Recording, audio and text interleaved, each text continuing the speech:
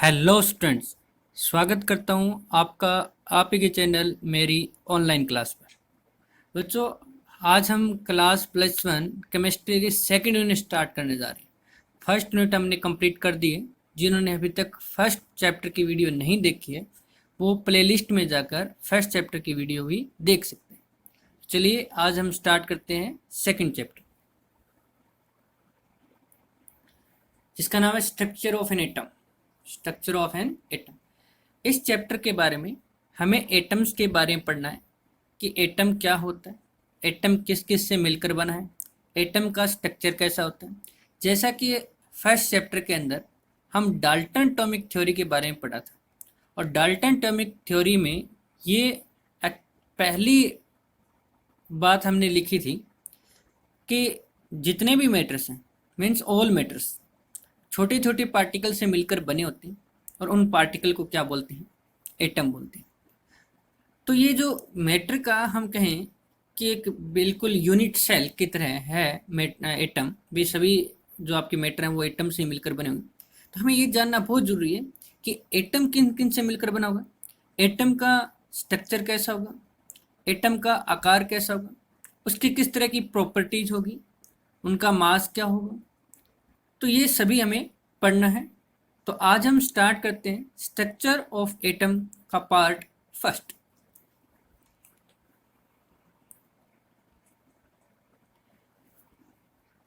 तो आज हमारी स्टार्टिंग वीडियो है, सेकंड चैप्टर की फर्स्ट वीडियो है। तो हम इंट्रोडक्शन कर लेते हैं। सबसे पहले एटम के बारे में थोड़ा सा इंट्रोडक्शन कर लेते हैं, उसके बाद हम एटम की डिस्कवरी या एटम के अंदर जो फंडामेंटल पार्टिकल होते हैं, इलेक्ट्रॉन, प्रोटॉन और न्यूट्रॉन, उनके बारे में पढ़ेंगे।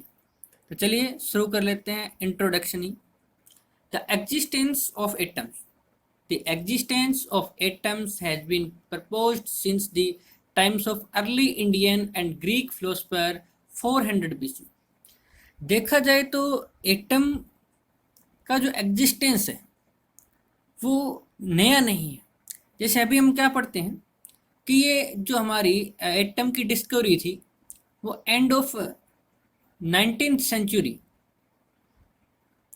और beginning of 20th century, 19th century के एंड में और 20th सेंचुरी के स्टार्टिंग में, बिगिनिंग में एटम की खोज हुई थी। यहाँ हम कहें एटम की डिस्कवरी, एटम के बारे में कुछ कंक्लूजन निकाला कि एटम किन किन से पार्टिकल से मिलकर बना होता है, कैसे होता है, ठीक है। बट अगर हम बात करें इंडियन फिलोसफर की या फिर ग्रीक फिलोसफर की, तो उनको पहले ही एग्जिस्टेंस ऑफ एटम पता था। अब चाहे कारण कुछ भी रहो, भले ही जो भी रीजन हो, बट उनकी जो बात थी, जो उनके जो विचार थे वो नहीं पहुंच पाए, कोई ना कोई रीजन्स हैं। बट हमें जो हमारे सिलेबस के अकॉर्डिंग सबसे पहले इलेक्ट्रॉन की खोज किसने की, प्रोटॉन की किसने की, न्यूट्रॉन की खोज किसने की, इलेक्ट्रॉन जो है वो एटम के अंदर रुका हुआ है या फिर इलेक्ट्रॉन जो है वो न्यूक्लियस की चारों चक्कर लगा रहा है, कैसे घूम रहा है, क्या उसकी वेलोसिटी है, कितनी उसके पास एनर्जी है, क्या मोमेंटम है उसका। तो ये सब हमें कैलकुलेट करना है, तो उसके हिसाब से हम पढ़ रहे हैं।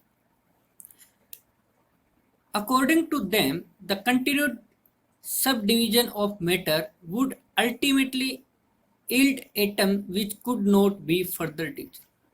उनके हिसाब से जो ये ग्रीक फिलोसफर थे और इंडियन फिलोसफर थे, उनके हिसाब से क्या था कि अगर हम कंटिन्यू सब डिवीजन करते थे ऑफ मैटर, मैटर के टुकड़े को हम छोटे छोटे टुकड़ों में डिवाइड करते थे, तो अल्टीमेटली हम फॉर्मेशन कर लेते हैं एटम का।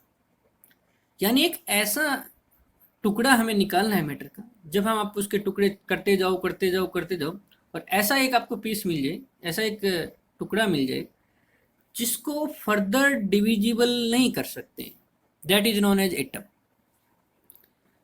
तो ग्रीक और इंडियन फिलोसफर भी काफ़ी हद तक सही थी। नाम क्यों नहीं आ रहा वो एक अलग बात है, बट देखो इतने पुराने टाइम में ही उन्होंने ये बताया था कि जब मैटर को आप तोड़ते जाओगे तोड़ते जाओगे तोड़ते जाओगे, तो लास्ट में जब ना टूटने वाला बन जाएगा वो आपके पास क्या हो जाएगा, एटम हो जाएगा। The word atom has been derived from Greek word.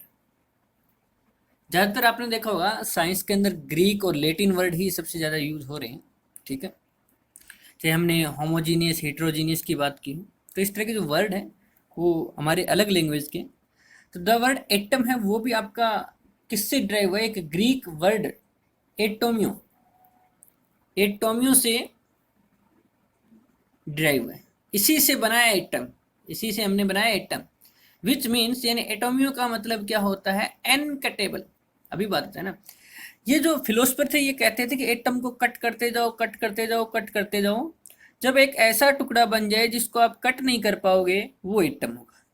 तो ग्रीक में जिसको हम कट नहीं कर सकते, अनकटेबल होता है, उसको बोलते हैं एटोमियो। और उसी से आपका ड्राइव हो चुका है, या हम कहें उसी से एक वर्ड बन चुका है क्या? एटम। तो विच मीन्स अनकटेबल और नॉन इंडिविजिबल, अनकटेबल और नॉन डिविजिबल।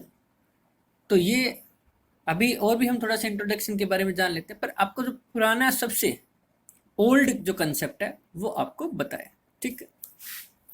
उसके बाद डाल्टन का योगदान जरूर रहा था, जैसा कि हमने फर्स्ट यूनिट के अंदर पढ़ा भी है। डाल्टन एटॉमिक थ्योरी, उसके कुछ इम्पोर्टेंट पोस्टुलेट्स थे, उनको भी हमने स्टडी किया है, एक एक पॉइंट को हमने एक्सप्लेन किया है। The atomic theory of matter was first proposed on a firm scientific basis John Dalton. Dalton एक ब्रिटिश स्कूल टीचर था इन 1808, उस टाइम की बात देखो।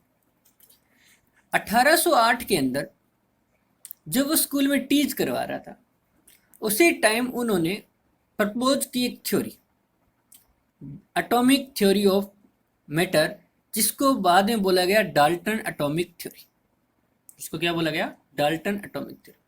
मैंने आपको पहले ही बताया था कि इनका भी, डाल्टन का भी यही मानना था कि मैटर जो है वो बहुत छोटे छोटे छोटे छोटे पार्टिकल से मिलकर बना है, और उन छोटे पार्टिकल को जिनसे वो मिलकर बना है उनको हम बोलते हैं एटम। और ये जो थ्योरी आई मैटर के बारे में बता रही थी, उस थ्योरी को डाल्टन ने प्रपोज किया, तो इसलिए इनको बोल दिया डाल्टन एटॉमिक थ्योरी। इसका नाम क्या है? Dalton atomic theory. ये तो हम दोबारा नहीं करेंगे क्योंकि हम फर्स्ट यूनिट के अंदर हम पढ़ चुके हैं कि डाल्टन एटॉमिक थ्योरी क्या होती है।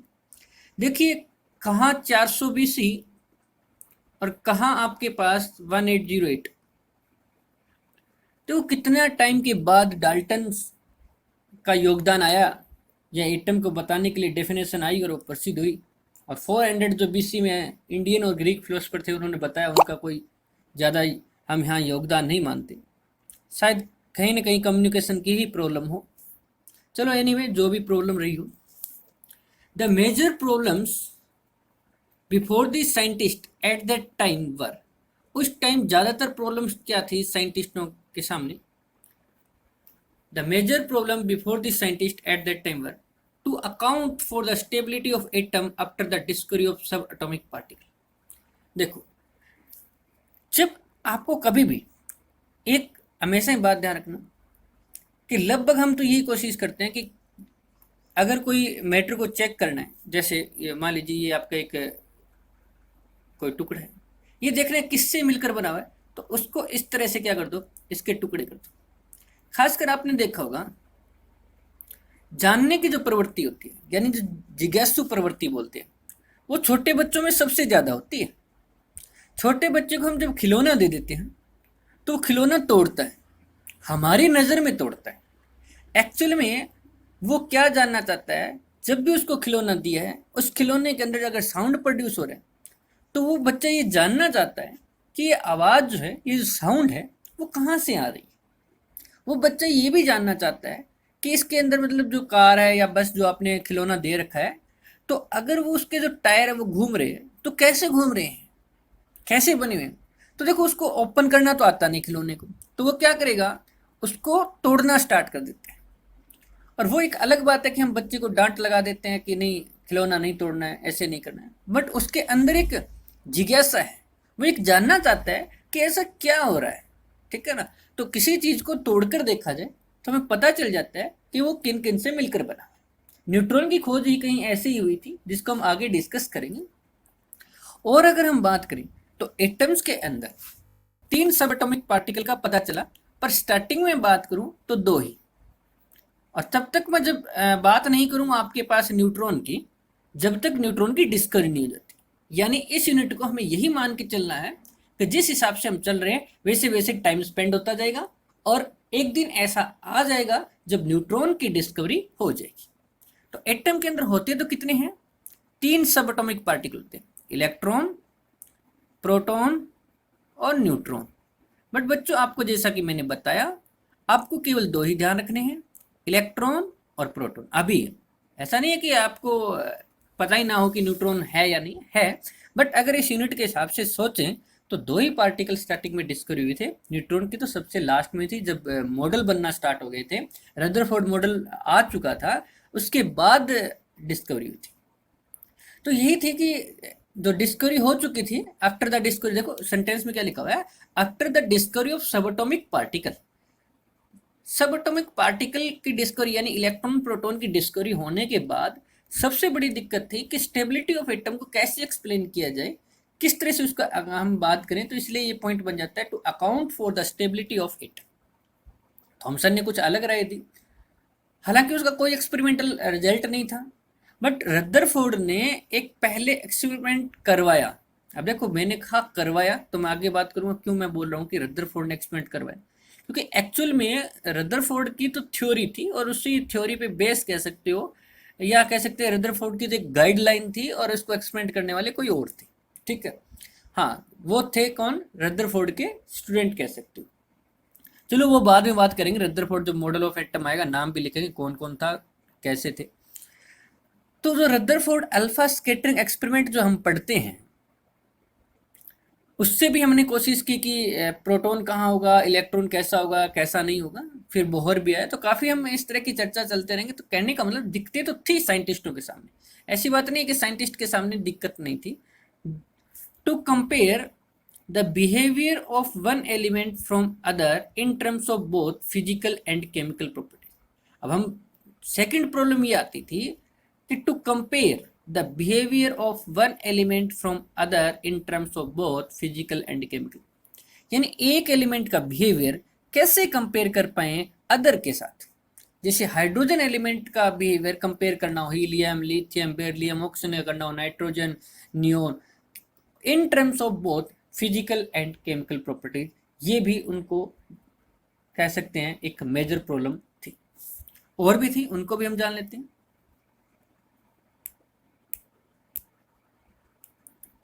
To explain the formation of different kind of molecule by the combination of different atoms। देखो अलग अलग एटम्स को कंबाइन कर डिफरेंट काइंड के मॉलिक्यूल्स हम बना सकते हैं।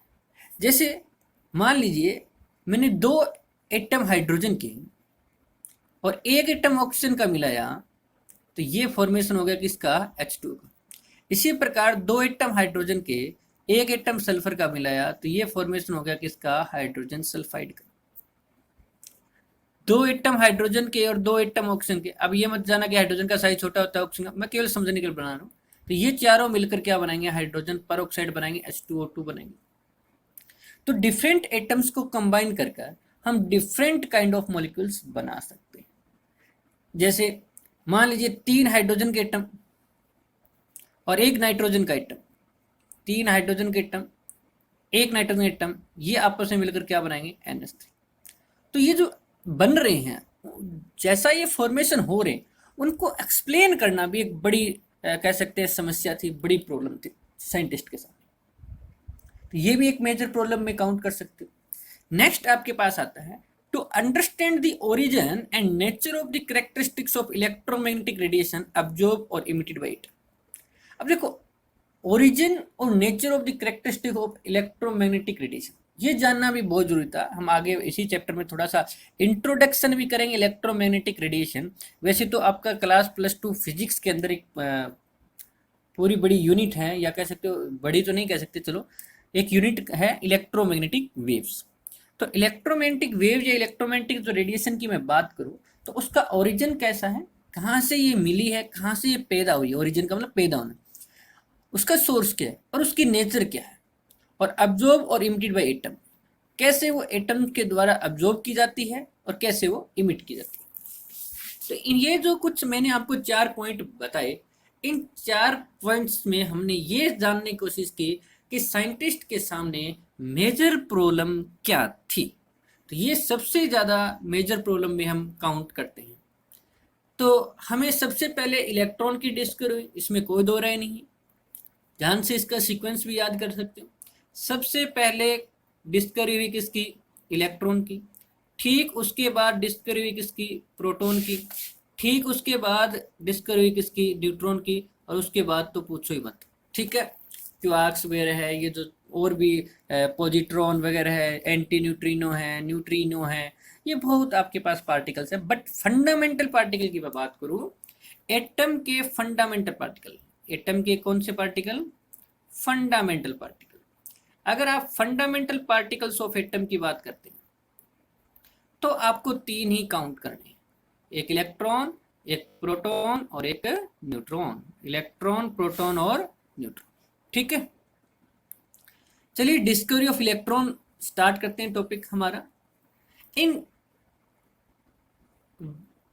1830 Michael Faraday showed that if electricity is passed through a solution of an electrolyte, electrolyte के सॉल्यूशन में से अगर करंट पास करवाया जाए, chemical reaction occur at the electrode which resulted in the liberation and deposition of matter at the electrode.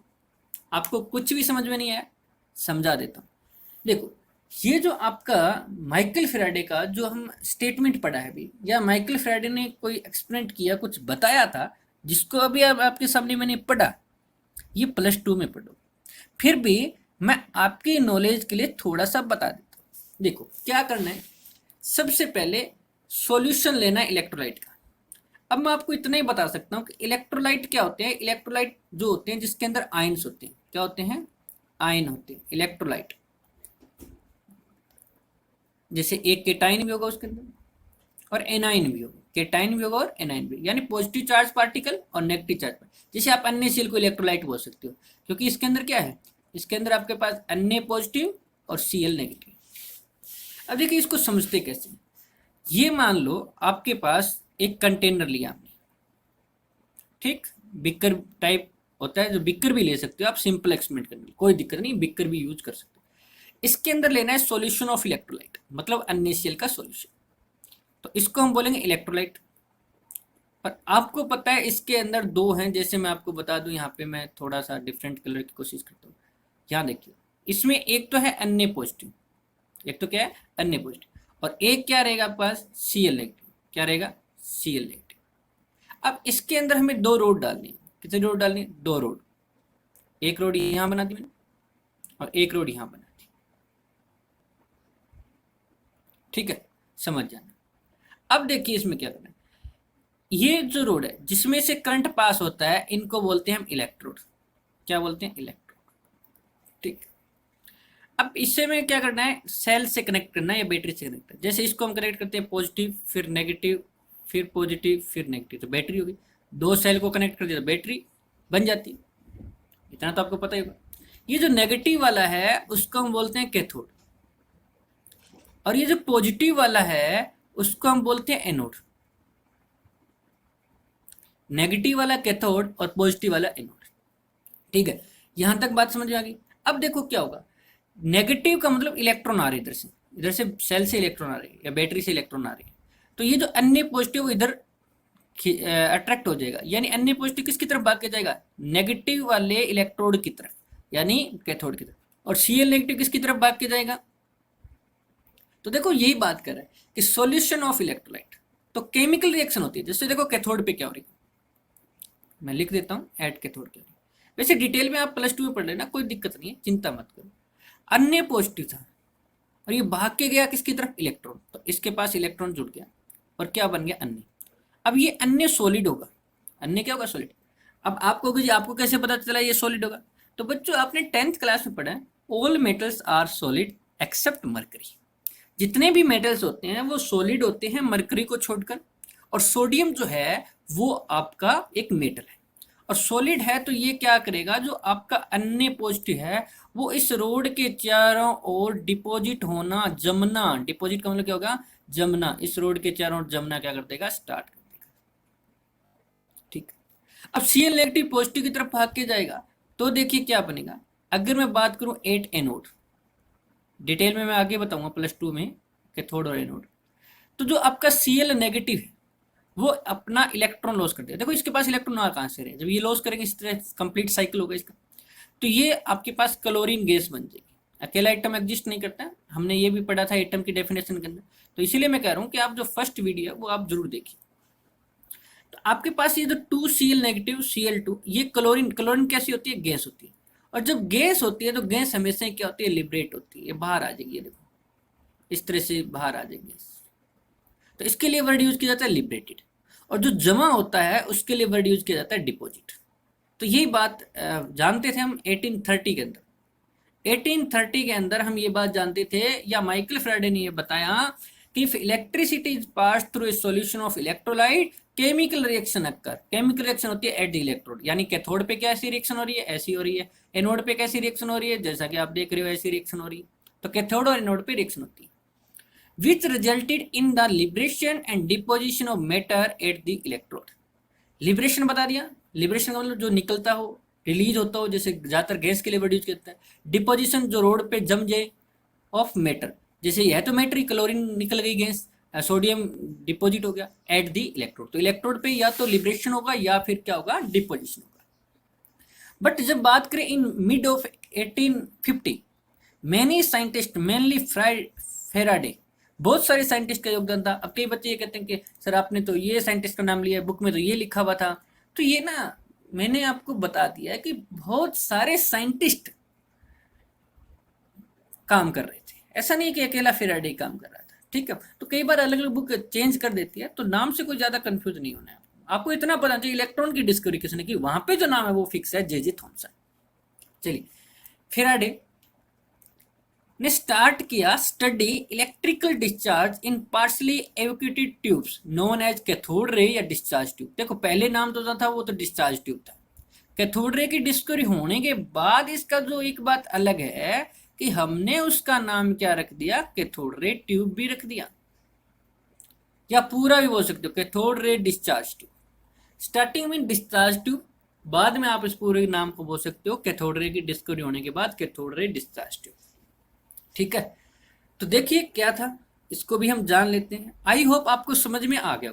अगर आपको समझ में आ रहा है तो इस वीडियो को लाइक करें, अपने दोस्तों के साथ शेयर करें, और इसी तरह की वीडियो पाने के लिए इस चैनल को सब्सक्राइब कर लें।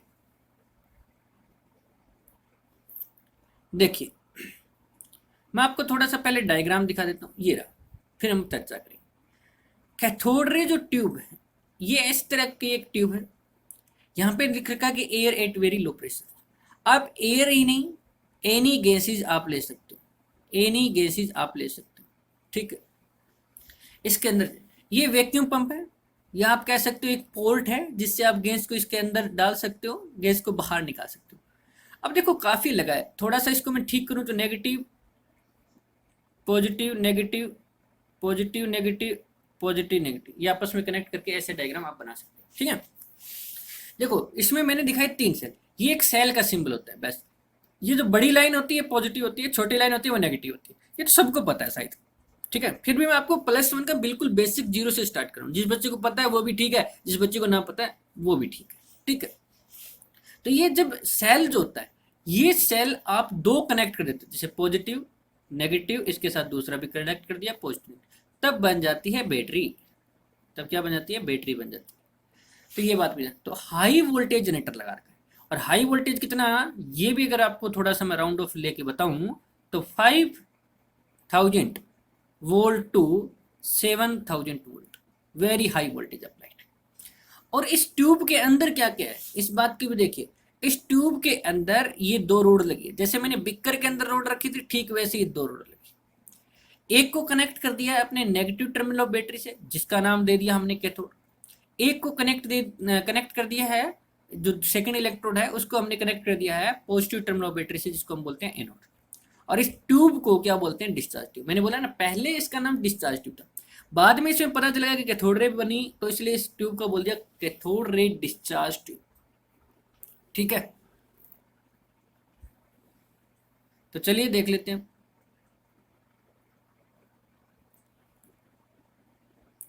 चलो और भी मैं आपको कुछ बता देता हूँ, फिर मैं पिछले वाली स्लाइड में जितना लिखा वो समझा दूँ। देखो इस एक्सपेरिमेंट किया गया, इस एक्सपेरिमेंट में क्या क्या ऑब्जर्वेशन हुई। देखो बच्चे स्टार्टिंग में थोड़ा सा इसको ये मानते कि जी हमें चैप्टर समझ में कम आ रहा है, हमें कुछ समझ में नहीं आया। तो उसका रीजन क्या रहता है कि बच्चों इसमें स्टार्टिंग में हम एक्सपेरिमेंट करते हैं, और एक्सपेरिमेंट जो किस साइंटिस्ट ने कर रखे हैं पहले से उनको पढ़ रहे हैं कि उन्होंने ऐसे ऐसे करके ऐसे एक्सपेरिमेंट किया, एक्स वाई जेड जो भी हम पढ़ेंगे वन बाई वन, जैसे अभी पढ़ रहे हैं डिस्चार्ज ट्यूब एक्सपेरिमेंट पढ़ रहे हैं। तो उसमें क्या किया, तो उन्होंने जैसा जैसा किया वो बातें हम देख रहे हैं, यानी एक थोड़ा सा आप कह सकते हो एक रिमेंबर वाला पार्ट है। देखो पहले क्या था कि फर्स्ट केस के अंदर गैस स्टोर थी नॉर्मल प्रेशर पे, गैस स्टोर की थी कहाँ पे, नॉर्मल प्रेशर था गैस का, ठीक है। हाई वोल्टेज थी, वोल्टेज कैसी थी, हाई थी, बट आपकी गैस कंडक्ट नहीं हुई, बस जस्ट ए मिनट, बट क्या था, आपकी जो गैस है वो कंडक्ट नहीं हुई। नॉर्मल प्रेशर ऑफ गैस और हाई प्रेशर, इस ट्यूब की बात करेंगे, हाई प्रेशर लगा दिया इस ट्यूब पे और नॉर्मल प्रेशर ऑफ गैस, तो गैस कंडक्ट नहीं हुई, गैस कंडक्ट नहीं होगी, करंट पास नहीं होगा, इसका मतलब गैस क्या है, इंसुलेटर, इसका मतलब गैस क्या है, इंसुलेटर। बट जैसे ही हम pressure of gas inside the tube, pressure of जो गैस है इनसाइड द ट्यूब डिक्रीज कर देते हैं, एरो जो मैं नीचे की तरफ करके दिखाऊंगा इसका मतलब डिक्रीमेंट हो रहा है, ऊपर की तरफ तो इंक्रीमेंट। प्रेशर ऑफ गैस जब डिक्रीज करेंगे, कितना डिक्रीज करेंगे, हम डिक्रीज करेंगे 10⁻⁻² एटमॉस्फेरिक, कितना कम कर देंगे बच्चों, pressure of gas decrease 10⁻⁻² atmospheric pressure, तो गैस कंडक्ट होगी, गैस क्या होगी, कंडक्ट होगी in the form of rays, in the form of rays, इस तरह से। क्या आपको रे दिखाई देगी, सीधा दिखाई नहीं देगी, तो कैसे दिखाई देगी मैं आपको बताता हूं। जब गैस कंडक्ट हुई तो आपको क्या करना है, इस एनोड पे होल बना लेने, और इस एनोड पे होल बना के पीछे एक स्क्रीन लगा देनी, जैसे जिंक सल्फाइड स्क्रीन लगा देनी। इस स्क्रीन की के कारण क्या होगा कि जब लाइट आएगी, अगर लाइट है यहाँ पे टकराएगी इसके पास होने के बाद, पार होने के बाद इसमें से टकराएगी, तो आपके पास क्या होगा कि यहाँ पे स्पॉट प्रोड्यूस होंगे, क्या प्रोड्यूस होंगे, स्पॉट, उससे पता चलेगा, स्पॉट प्रोड्यूस होंगे, उससे पता चलेगा कि इसके अंदर क्या है, लाइट, ठीक है। तो आप ये लाइट देख सकते हो या पता कर सकते हो कि गैस जो कंडक्ट होगी in the form of rays, तो स्क्रीन लगा के भी आप देख सकते हो, ठीक है। तीसरा, अब इसका मतलब एक बात तो हमें समझ में आ गई कि जब प्रेशर ऑफ गैस नॉर्मल है ट्यूब के अंदर, तब गैस कंडक्ट नहीं हो रही, जैसे ही प्रेशर को कम किया जाता है, प्रेशर को डिक्रीज किया जाता है, तो गैस कंडक्ट हो जाती है, यानी गैस कंडक्टर की तरह बिहेव करना स्टार्ट कर देती है। इसका मतलब एक थोड़ा सा हमारा जो खुद का अगर माइंड अब तक जितनी नॉलेज आप उस पर लगाओ, तो ये कह सकते हैं कि जैसे जैसे आपके पास प्रेशर कम करेंगे, आपके पास गैस कंडक्ट ज़्यादा होगी, यानी गैस के अंदर करंट ज़्यादा पास होगा। तो हम कह सकते हैं कि जब प्रेशर फर्दर डिक्रीज करते हैं, pressure of gas further decrease करते हैं, कितना, अब कर दिया 10⁻⁻⁴ एटमॉस्फेयर। अगर प्रेशर 10⁻⁻⁴ होता है तो इसका मतलब गैस कंडक्ट होती है ज़्यादा, और गैस जब कंडक्ट ज़्यादा होती है तो आपके पास हम देखते हैं कि ये जो एनोड टर्मिनल है ये ग्लो करना स्टार्ट कर देता है, रे दिखाई देने की बजाय ये आपका जो एनोड टर्मिनल है ये ग्लो करना क्या कर देता है, स्टार्ट कर देता है, स्टार्ट ग्लोइंग। तो ये कुछ ऑब्जर्वेशन है, मतलब हमें बस इतना ही देखना है, ज़्यादा कंफ्यूज नहीं होना क्या कुछ था, अलग अलग बुक में क्या लिखा है, बस इतना समझो कि जब गैस स्टोर थी नॉर्मल प्रेशर पे, हाई वोल्टेज अप्लाई कर रखा था, तब भी गैस कंडक्ट नहीं होती है, बट जब हम उसका प्रेशर कम कर देते हैं तो गैस कंडक्ट हो जाती है, और यहाँ पे एक रेज आती है कैथोड से एनोड की तरफ। अब आप पूछोगे जी आपको कैसे पता चला कि कैथोड से एनोड की तरफ ही जाती है, तो उसकी भी मैं चर्चा करूँगा, बस थोड़ा वेट कीजिए। तो ये जो कैथोड से एनोड की तरफ ये जो रेज आती है, इस रे का नाम दे दिया कैथोड रे। देखो कैथोड रे बन गई, डिस्चार्ज ट्यूब था ये, तो इसका नाम मतलब क्या हो जाएगा, cathode ray discharge tube, cathode ray discharge tube. आई बात समझिए।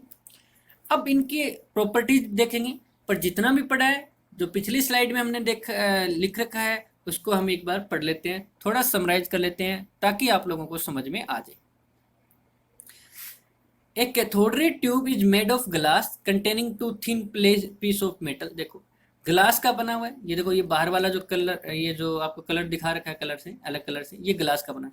और ये आपके पास टू पीस किसके हैं, आपके पास इलेक्ट्रोड के हैं, जिसको हम एक कैथोड बोलेंगे और एक क्या बोलेंगे, जस्ट ए मिनट, जिसको हम बोल दिया इलेक्ट्रोड, सील्ड इन इट।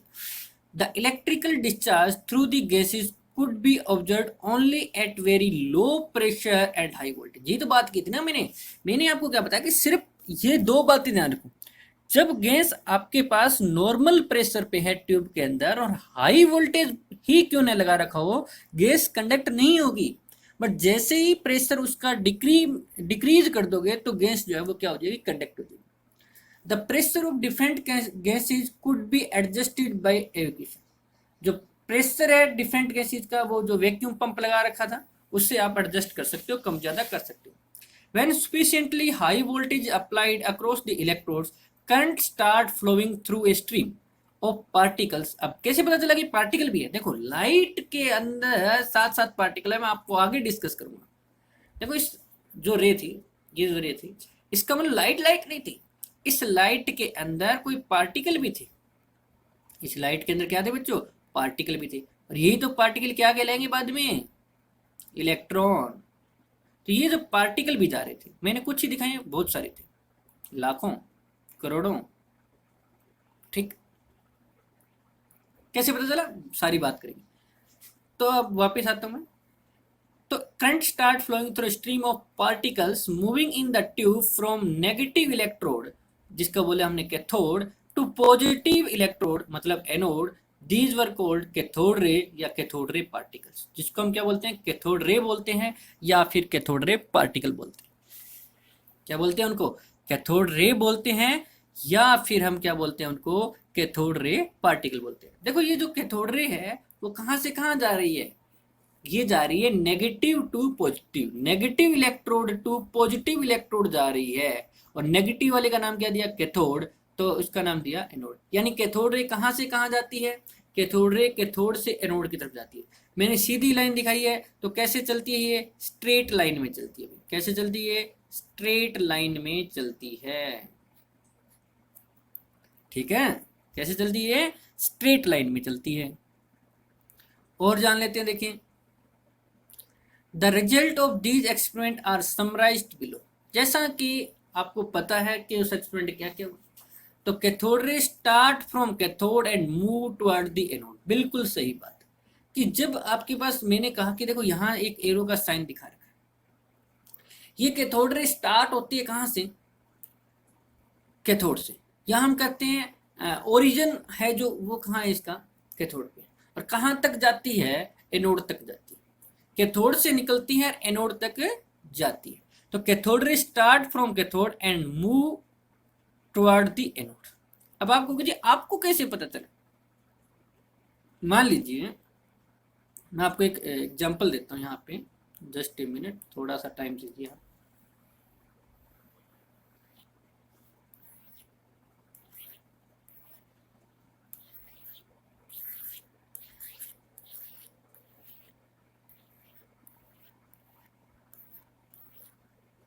हम ये मानते हैं कि इस ट्यूब के अंदर इस तरह से रे चल रही, ठीक है, भले ही मुझसे सीधी ना बन रही, बट है ये स्ट्रेट, ठीक है। चलो ऐसे बना, अब देखो एक बॉक्स है, ठीक, इस बॉक्स में हम यहाँ भी होल कर लेते हैं एक छोटा सा, यहाँ होल कर, थोड़ा बड़ा हो गया, छोटा कर देते हैं।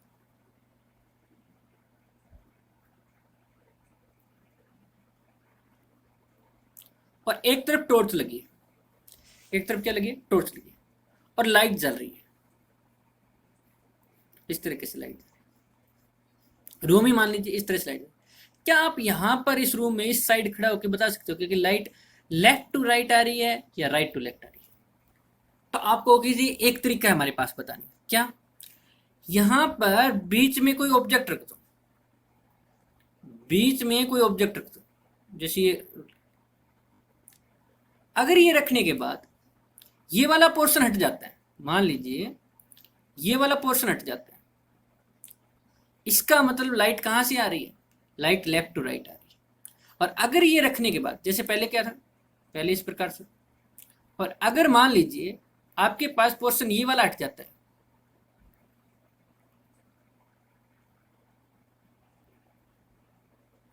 ये लाइट नहीं रहती, इसका मतलब क्या हुआ?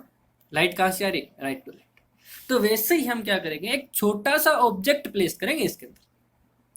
जैसे यहां पे एक छोटा सा ऑब्जेक्ट प्लेस करेंगे तो उसकी जो शेडो है, वो शेडो कहां पे बनती है? एनोड पे बनती है। इस बात का ध्यान रखना, जो शेडो है ऑफ एन ऑब्जेक्ट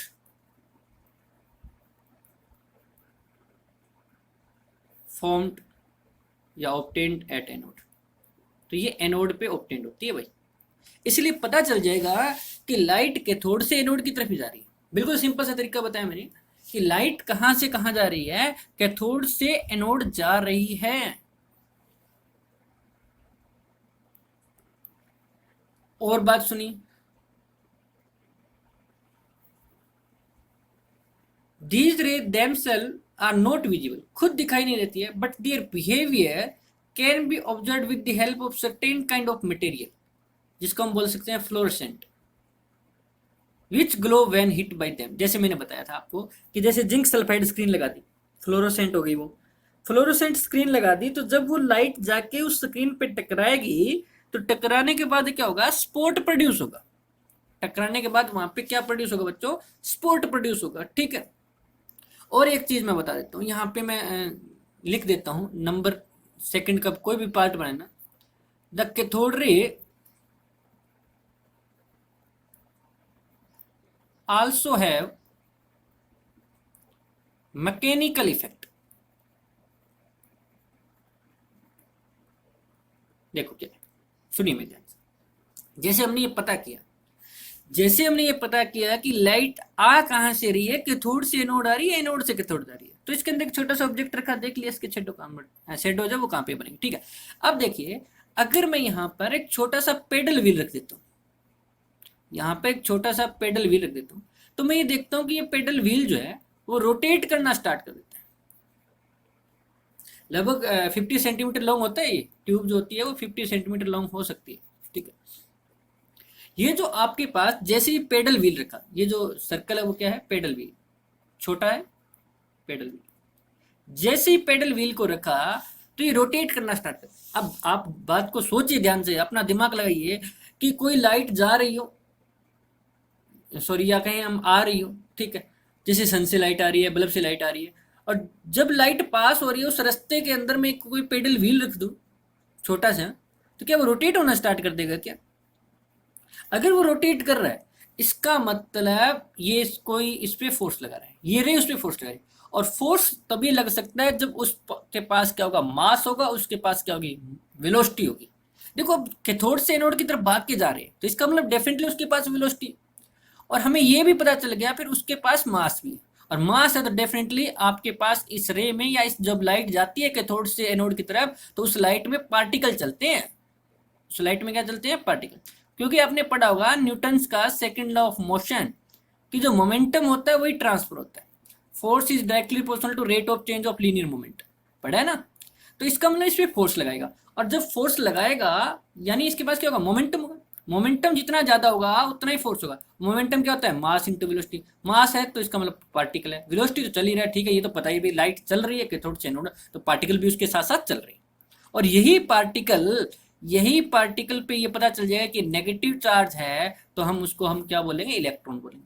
तो धीरे धीरे डिस्कवरी होगी इलेक्ट्रॉन की, इतना जल्दी नहीं है। आप तो बस 30 मिनट के अंदर या 30 to 40 मिनट के अंदर आप पढ़ के चले जाते हो कि इलेक्ट्रॉन कैसे डिस्कवरी। काफी टाइम लगता है किसी को डिस्कवर होने में, ठीक है।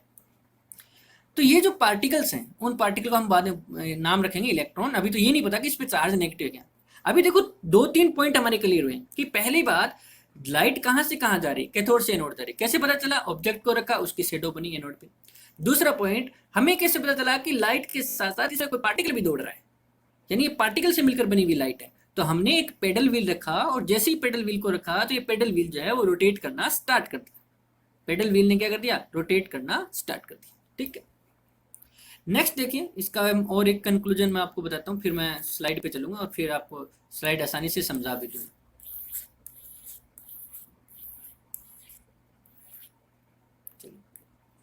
देखिए ये आपकी कैथोड है,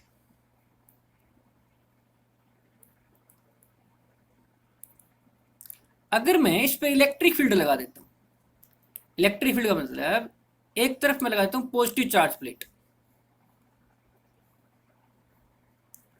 ये पॉजिटिव चार्ज प्लेट इसके नजदीक ले, और एक तरफ इसके पास लगा देता हूँ नेगेटिव चार्ज प्लेट, ये नेगेटिव हो गई। ठीक है, नेगेटिव चार्ज प्लेट, ये पॉजिटिव और ये नेगेटिव।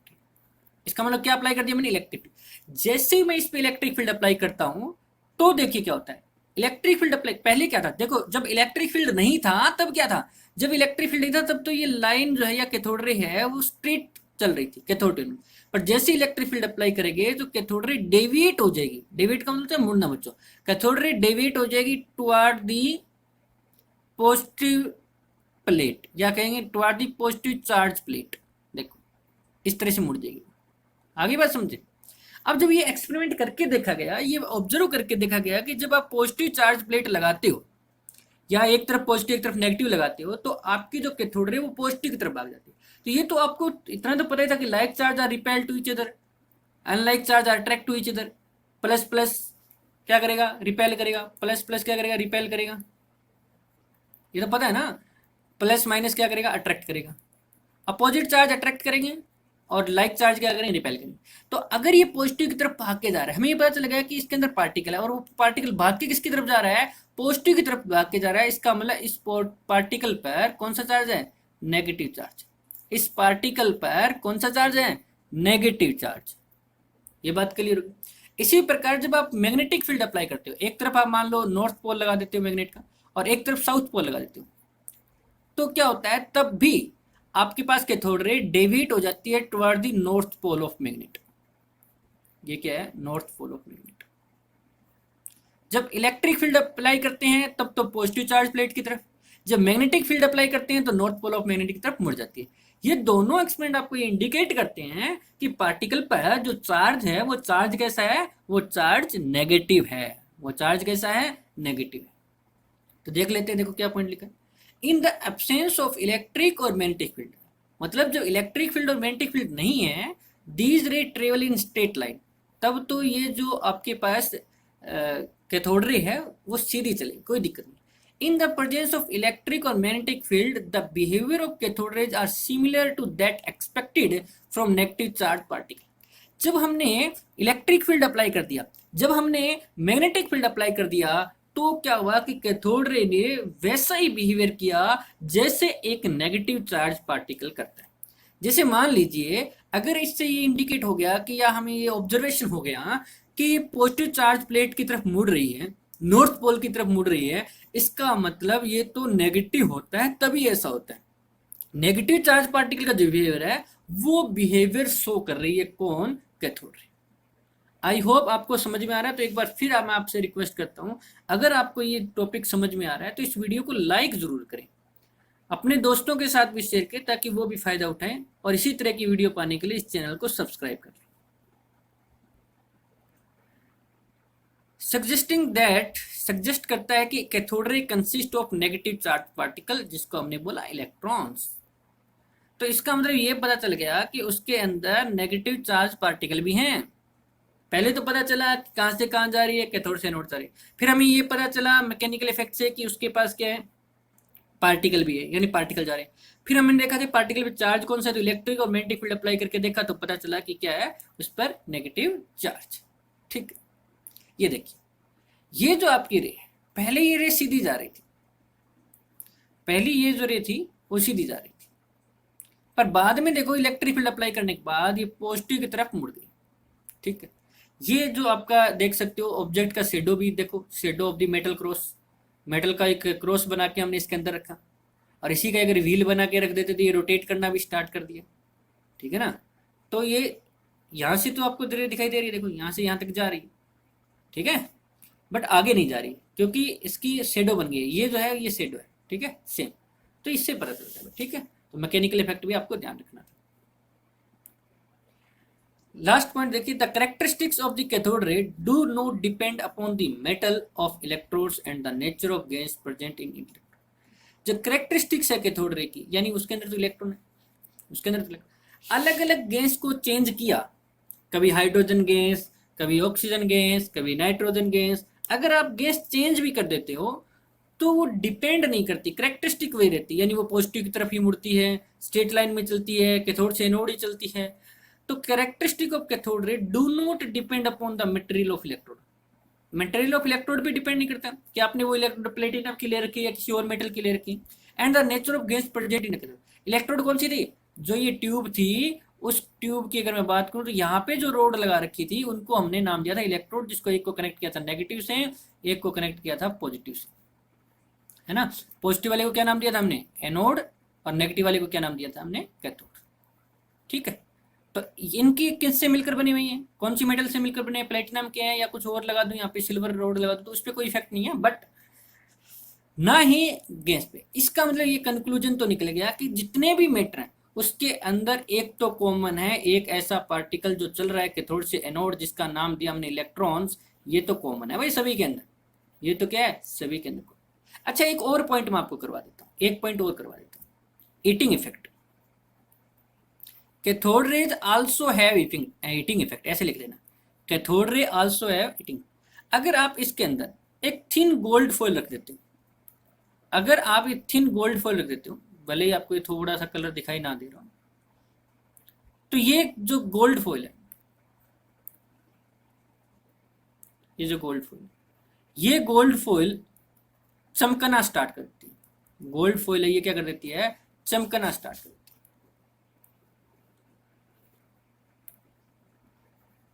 Gold foil. इसका मतलब हीटिंग इफेक्ट है। जब गोल्ड फॉइल रखा या कोई मेटल रखा हमने, तो ये जब गर्म होती है, जैसे गर्म होने के बाद चमकती है, वैसा चमकना स्टार्ट कर दिया था जब इसको कैथोड रे के, जो कैथोड रे जा रही थी उसके बीच में रखा, कैथोड से एनोड के बीच में रखा, हीटिंग इफेक्ट। और लास्ट पॉइंट आप कह सकते हो कि जो नेचर कलर है, कलर है वो डिपेंड करेगा, colour of, just a minute, colour of cathode ray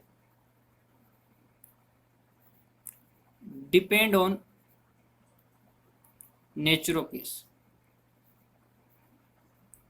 जो कलर है कैथोड रेज का वो डिपेंड करता है नेचर ऑफ गैस पे। तो सारे पॉइंट एक बार जल्दी से रिवाइज कर लेते हैं। देखिए क्या था कि कैथोड रे स्टार्ट होती है कैथोड से और जाती किसकी तरफ है, एनोड की तरफ। कैसे पता चला, एक ऑब्जेक्ट रखा उसकी शेडो एनोड पे बनी। ये जो रे होती है ये खुद विजिबल नहीं होती है, बट इसके बिहेवियर को ऑब्जर्व किया जा सकता है कि एनोड पे होल क्रिएट कर लो और उसमें से जब लाइट पास होगी उसको एक फ्लोरोसेंट स्क्रीन पे टकराओ, वहां पे स्पॉट प्रोड्यूस होगी।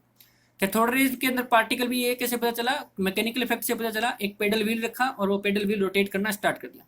अब्सेंस ऑफ इलेक्ट्रिक और मैग्नेटिक फील्ड हो तो ये सीधी चलती है। जब आप प्रेजेंस ले आते हो या हम कहें इलेक्ट्रिक फील्ड और मैग्नेटिक फील्ड आप अप्लाई कर देते हो, तब कैथोड रे इस तरह बिहेव करती है जैसे उसके अंदर क्या हो, नेगेटिव पार्टिकल हो और ये पॉजिटिव चार्ज प्लेट की तरफ और मैग्नेटिक फील्ड में नॉर्थ पोल ऑफ मैग्नेट की तरफ डिफ्लेक्ट हो जाती है, ये जैसा हमने देखा भी था। और ये जो करेक्टरिस्टिक्स है कैथोड रे की, वो ना ही तो इसके इलेक्ट्रोड पे डिपेंड करेगी, ना ही ये जो गैस है इसके अंदर उस पर डिपेंड करेगी।